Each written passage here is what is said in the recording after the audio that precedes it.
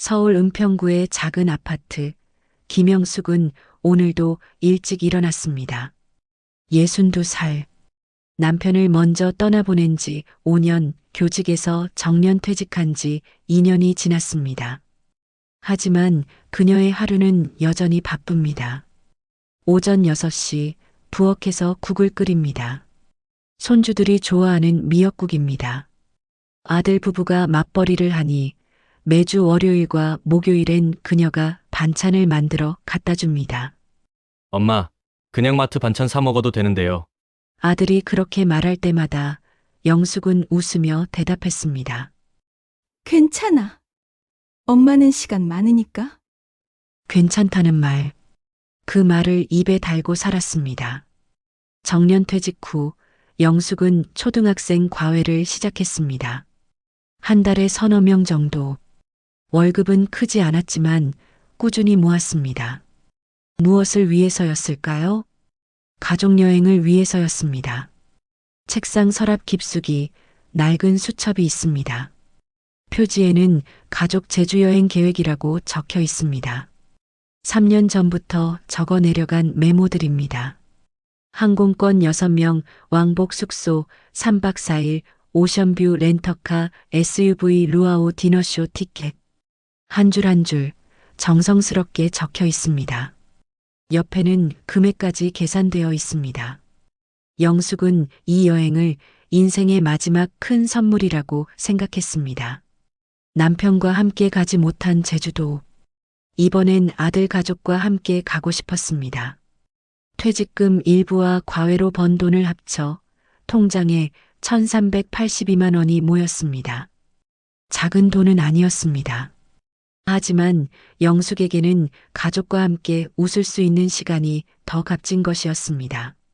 지난달 영숙은 조심스럽게 아들에게 제안했습니다. 준호야, 이번 여름에 제주도 갈까? 엄마가 다 준비할게. 엄마가요? 괜찮아요? 응. 내 아빠랑 못 가본 게 한이었는데. 이번엔 손주들이랑 가고 싶어서. 아들은 잠시 망설이다 고개를 끄덕였습니다. 그래요. 그럼 엄마가 편한 날짜로 잡아요. 영숙의 가슴이 뛰었습니다. 오랜만에 느껴보는 설렘이었습니다. 그날부터 영숙은 본격적으로 준비를 시작했습니다. 항공권을 예약하고 숙소를 찾아보고 렌터카를 알아봤습니다.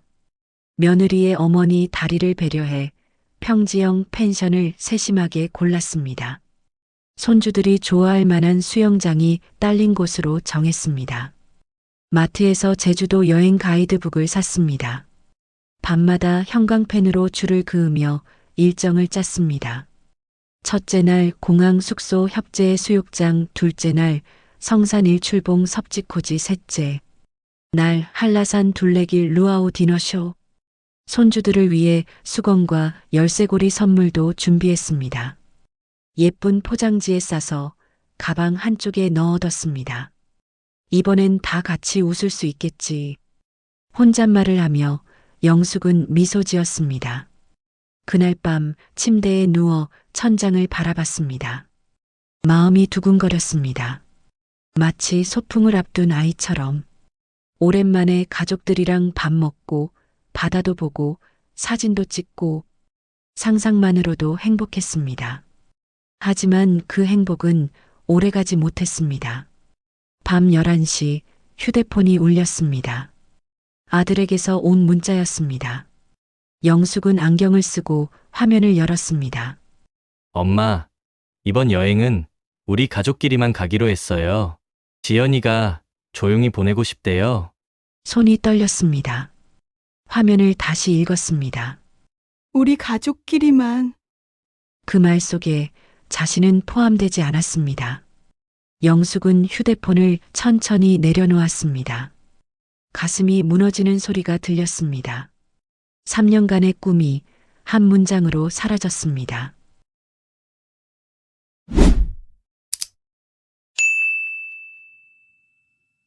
영숙은 휴대폰을 뒤집어 놓았습니다.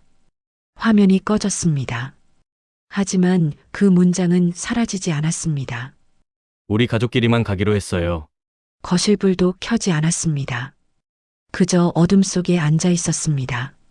시계 초침 소리만 똑딱똑딱 울렸습니다. 내가 너무 나섰나?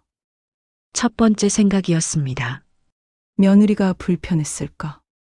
두 번째 생각이었습니다. 영숙은 스스로를 탓했습니다. 혹시 자신이 지나치게 간섭했나? 혹시 부담을 준 건 아닌가? 계속 되짚었습니다.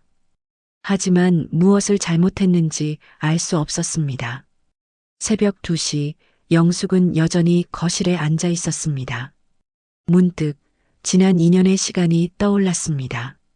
정년 퇴직 후 영숙은 늘 집에 있었습니다. 손주들 등하교를 도왔습니다. 아침에 데려다 주고 오후에 데려왔습니다. 어머니, 괜찮으세요? 매일 오시는 거 힘드시죠? 며느리가 물으면 영숙은 늘 같은 대답을 했습니다. 괜찮아. 나는 시간 많으니까. 명절 때도 마찬가지였습니다. 차례상을 혼자 준비했습니다. 며느리가 도우려 하면 영숙이 먼저 말했습니다. 괜찮아. 내가 할게. 생일날에도 손주 운동회에도 영숙은 늘 있었습니다. 하지만 누구도 물어보지 않았습니다. 엄마, 오늘 어떠셨어요? 엄마는 뭐 하고 싶으세요? 그런 질문은 없었습니다. 대신 이런 말들이 있었습니다. 엄마는 괜찮잖아요. 엄마는 이해해 주실 거잖아요. 영숙은 고개를 끄덕였습니다. 매번 그랬습니다. 내가 참으면 되지. 내가 이해하면 되지. 하지만 이제 그 참음이 한계에 다다랐습니다. 영숙은 천천히 일어나 부엌으로 갔습니다. 찬물 한 잔을 마셨습니다. 목구멍이 타들어가는 것 같았습니다. 책상으로 갔습니다. 노트북을 켰습니다. 은행 사이트에 로그인했습니다. 제주 여행 계좌를 열었습니다. 잔액 1382만. 3년 동안 모은 돈이었습니다. 한 달에 30만 원씩, 때로는 50만 원씩 모았습니다. 과외를 할 때마다, 반찬을 팔 때마다 조금씩 넣었습니다. 가족과 함께 웃고 싶어서. 그 한마음으로 모았습니다. 하지만 지금 그 돈을 보니 다른 생각이 들었습니다. 이 돈이 정말 가족을 위한 걸까? 아니, 더 정확하게 말하자면 가족은 나를 가족이라고 생각할까? 영숙은 화면을 물끄러미 바라봤습니다. 자동이체 내역이 보였습니다. 항공권 예약, 숙소 예약, 렌터카 예약. 모두 자신의 카드로 결제되어 있었습니다. 커서를 자동결제 중단 버튼 위에 올렸습니다. 클릭하면 모든 예약이 취소됩니다. 환불도 됩니다. 하지만 손가락이 움직이지 않았습니다. 이러면 안 되지. 아들 가족이 곤란해질 텐데. 영숙은 커서를 내렸습니다. 하지만 마음 한편이 무너지는 소리가 들렸습니다. 나는 왜 늘 나를 뒤로 미루는 걸까? 새벽 4시 영숙은 노트북을 끈 채 앉아 있었습니다. 잠이 오지 않았습니다. 대신 지난 시간들이 주마등처럼 스쳐 지나갔습니다. 남편이 아플 때 병원을 오가며 간병했습니다. 남편이 떠난 후 슬픔을 삼키며 아들을 챙겼습니다. 엄마, 괜찮으세요? 응. 괜찮아. 늘 그렇게 대답했습니다. 하지만 괜찮지 않았습니다. 한 번도 괜찮은 적이 없었습니다. 다만 괜찮은 척 했을 뿐이었습니다. 아침이 밝아왔습니다. 영숙은 씻지도 않고 거실 소파에 앉아 있었습니다. 휴대폰이 울렸습니다. 아들에게서 온 전화였습니다. 엄마, 주무셨어요? 응. 어제 문자 봤죠? 미안해요. 지연이가 시어머니랑 같이 가면 부담스럽대요. 영숙은 입을 열었다 닫았습니다. 그래. 알았어. 엄마는 이해해 주실 줄 알았어요. 다음에 또 가요. 전화가 끊겼습니다. 영숙은 휴대폰을 내려놓았습니다. 이해해 주실 줄 알았어요. 그 말이 가슴에 박혔습니다. 나는 언제까지 이해만 해야 하는 걸까? 영숙은 천천히 노트북을 다시 켰습니다. 자동 결제 중단 버튼을 다시 바라봤습니다. 이번엔 손가락이 떨리지 않았습니다. 대신 다른 생각이 떠올랐습니다. 이 돈으로 나를 위한 여행을 갈 수는 없을까? 그 순간 영숙의 눈빛이 달라졌습니다. 영숙은 커서를 버튼 위에 올렸습니다. 자동 결제 중단. 하지만 클릭하지 않았습니다. 대신 새 문서를 열었습니다. 제목을 적었습니다. 함께 가고 싶은 사람들. 손가락이 키보드 위에 멈췄습니다. 누구와 가고 싶지? 첫 번째로 떠오른 사람은 김미자였습니다. 교회에서 만난 친구입니다. 61살. 남편은 5년 전 뇌출중으로 쓰러진 후 요양원에 계십니다. 미자는 매주 일요일마다 요양원을 찾아갑니다. 언니. 나도 어디 좀 가고 싶은데. 영감 두고 갈 수가 없어. 미자가 그렇게 말할 때마다 영숙은 고개를 끄덕였습니다. 이번엔 미자 언니와 함께 가면 어떨까? 두 번째는 오순자였습니다. 남편 없이 손자를 키우는 친구입니다. 63살. 아들 부부는 외국에서 일하고 순자는 혼자 손자 둘을 돌봅니다. 애들 방학 때 어디 데려가고 싶은데 돈도 없고 체력도 없고. 순자는 늘 그렇게 말했습니다. 세 번째는 한옥분이었습니다. 평생 봉사만 하고 자신은 떠나본 적 없는 친구입니다. 64살. 교회 구역장을 맡아 늘 다른 사람 챙기기에 바쁩니다. 나는 괜찮아. 다른 사람들 먼저 가. 옥부는 늘 자신을 뒤로 밀었습니다. 네 번째는 박은정이었습니다. 내가 가봤자 귀찮겠지. 은정은 늘 그렇게 말했습니다. 60살. 자녀들이 모두 결혼한 후 혼자 삽니다. 영숙은 문서에 이름을 하나씩 적었습니다. 김미자, 오순자, 한옥분, 박은정. 모두 영숙처럼 누군가의 뒷자리에 서 있던 사람들이었습니다. 엄마로서, 아내로서, 할머니로서. 하지만 자기 자신으로서는 살지 못했던 사람들. 영숙은 천천히 숨을 내쉬었습니다. 이번엔 나를 포함하는 여행으로 가야겠다. 그날 영숙은 전화를 걸기 시작했습니다.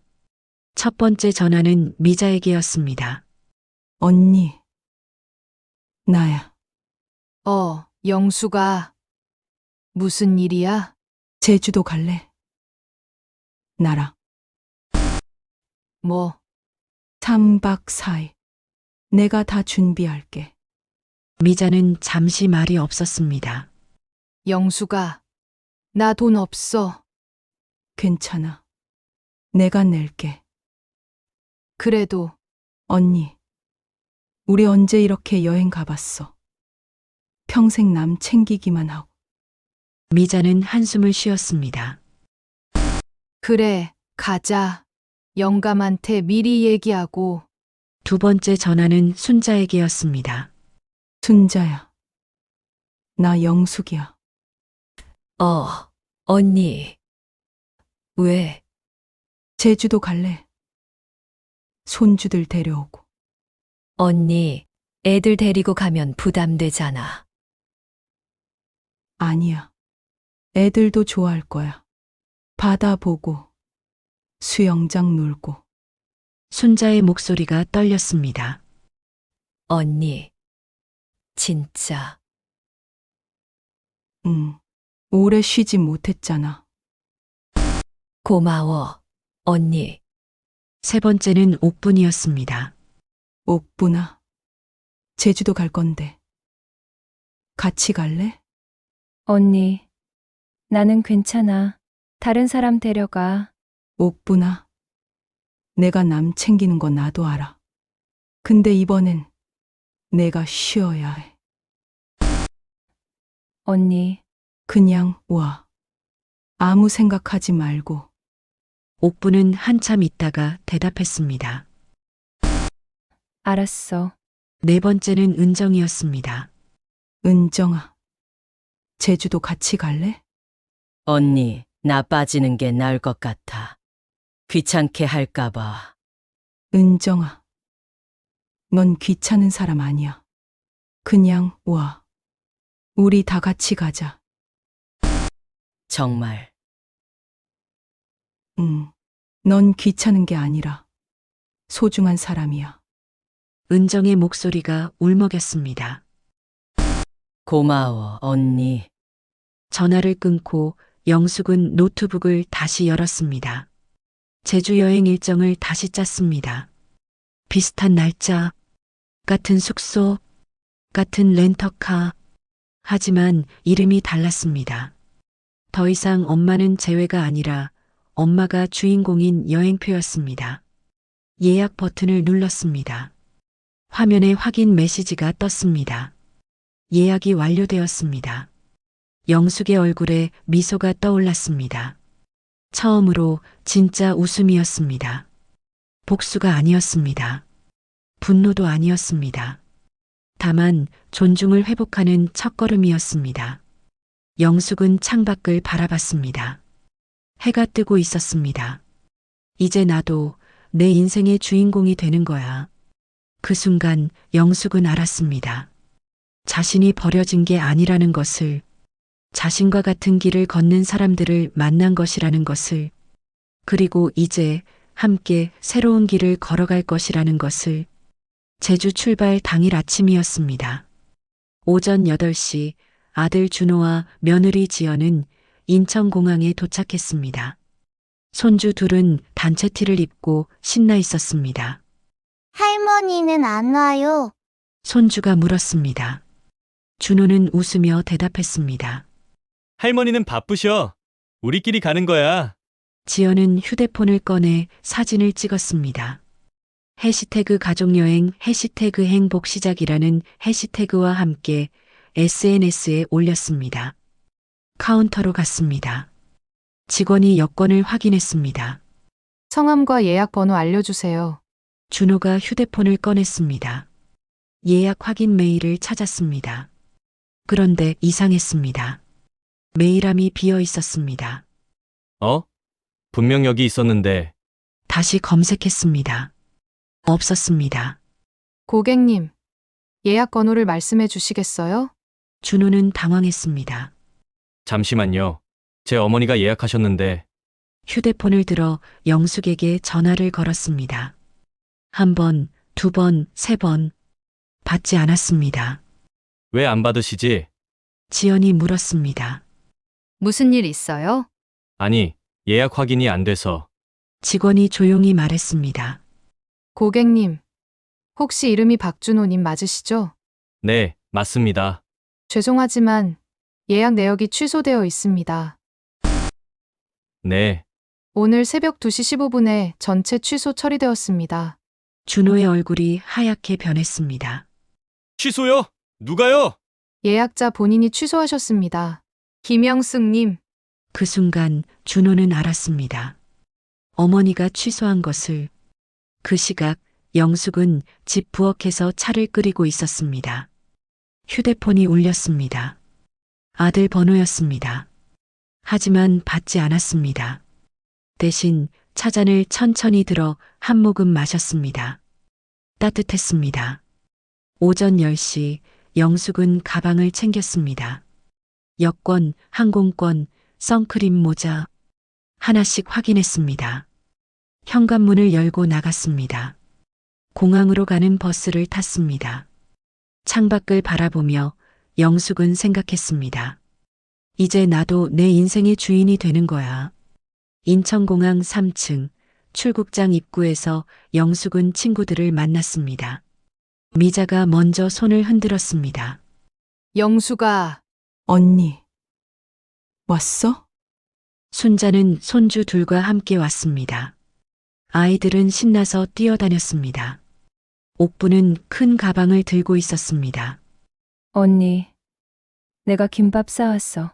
비행기에서 먹자. 은정은 조용히 미소 지었습니다. 언니, 고마워. 진짜로. 6명이 모였습니다. 영숙은 그들을 바라봤습니다. 모두 평생 누군가를 위해 살아온 사람들이었습니다. 하지만 이제 자신을 위해 떠나는 사람들이었습니다. 자, 그럼 출발할까? 응. 탑승구로 향했습니다. 비행기에 올랐습니다. 창가 자리에 앉았습니다. 영숙은 창밖을 바라봤습니다. 구름 위로 날아오르는 순간 눈물이 났습니다. 슬픔이 아니었습니다. 해방의 눈물이었습니다. 오후 2시 제주공항에 도착했습니다. 따뜻한 바람이 불었습니다. 와, 바다다! 순자의 손주들이 소리쳤습니다. 영숙은 미소 지었습니다. 렌터카를 빌려 숙소로 향했습니다. 오션뷰 펜션이었습니다. 창문을 열자 파란 바다가 펼쳐졌습니다. 와, 진짜 예쁘다. 미자가 감탄했습니다. 영숙은 가방에서 무언가를 꺼냈습니다. 라벤더 향초와 남편의 사진이었습니다. 원래는 가족이랑 켜려던 불이었는데 영숙은 향초에 불을 붙였습니다. 오늘은 나를 봐주는 사람들과 켤게요. 촛불이 켜졌습니다. 그 불빛 아래서 친구들이 손을 맞잡았습니다. 옥분이 말했습니다.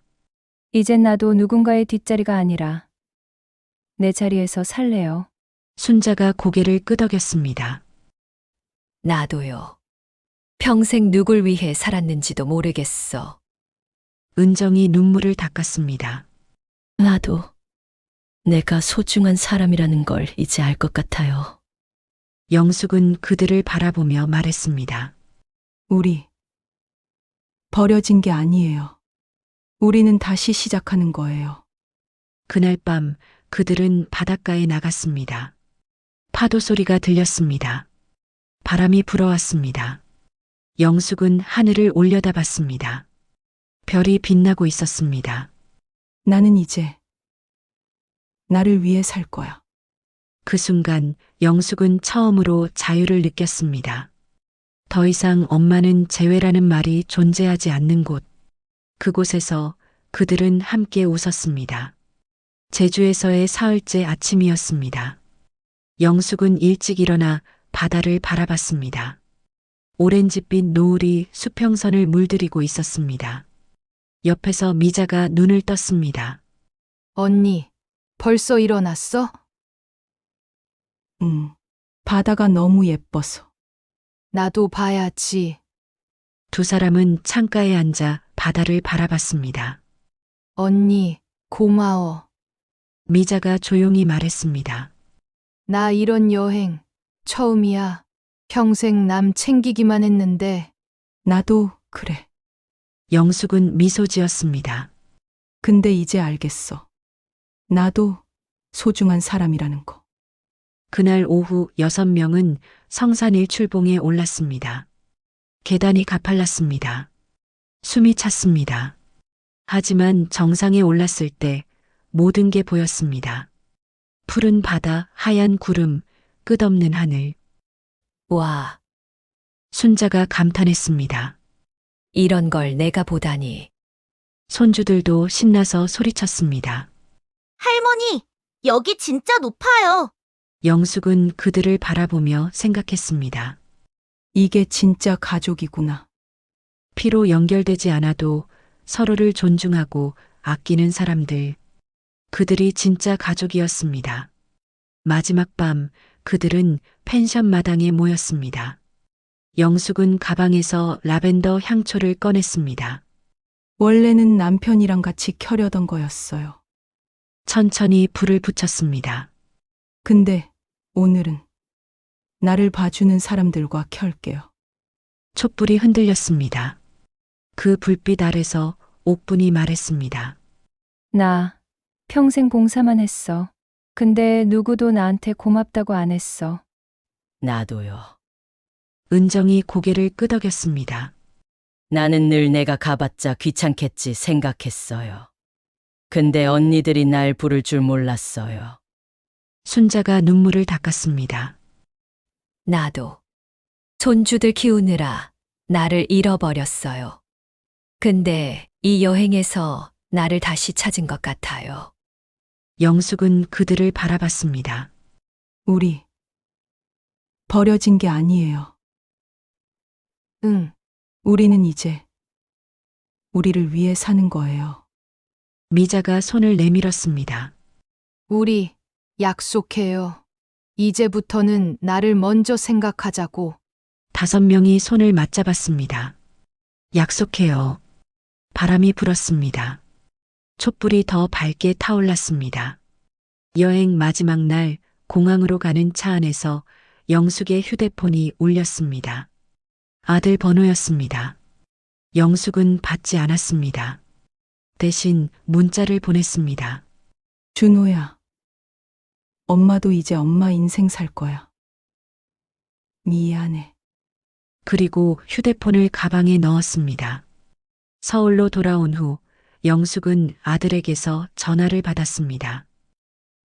엄마, 준호야. 죄송해요. 엄마 마음 몰랐어요. 괜찮아. 엄마도 이제 알았어. 내가 너무 양보만 했구나. 엄마, 근데 이제는 엄마도 엄마 인생 살 거야. 너희도 너희 인생 살고. 알겠습니다. 전화를 끊고 영숙은 창밖을 바라봤습니다. 봄이 오고 있었습니다. 나무에 새싹이 돋아나고 있었습니다. 영숙은 노트북을 열었습니다. 새 문서를 만들었습니다. 제목 내년 여행 계획. 이번엔 자신의 이름이 맨 위에 있었습니다. 김영숙. 그리고 그 아래 친구들의 이름이 이어졌습니다. 영숙은 미소 지었습니다. 나는 버려진 게 아니었어. 나와 같은 길을 걷는 사람들을 만난 거야. 창밖으로 햇살이 비쳤습니다. 따뜻했습니다. 영숙은 차 한 잔을 끓였습니다. 그리고 조용히 혼잣말을 했습니다. 이제부터는 나를 위해 살 거야. 그 말이 그녀의 새로운 시작이었습니다. 마이너스. 끝. 더 이상 엄마는 포함되지 않았습니다라는 말은 존재하지 않았습니다. 이제 엄마가 주인공입니다라는 이야기가 시작되었습니다.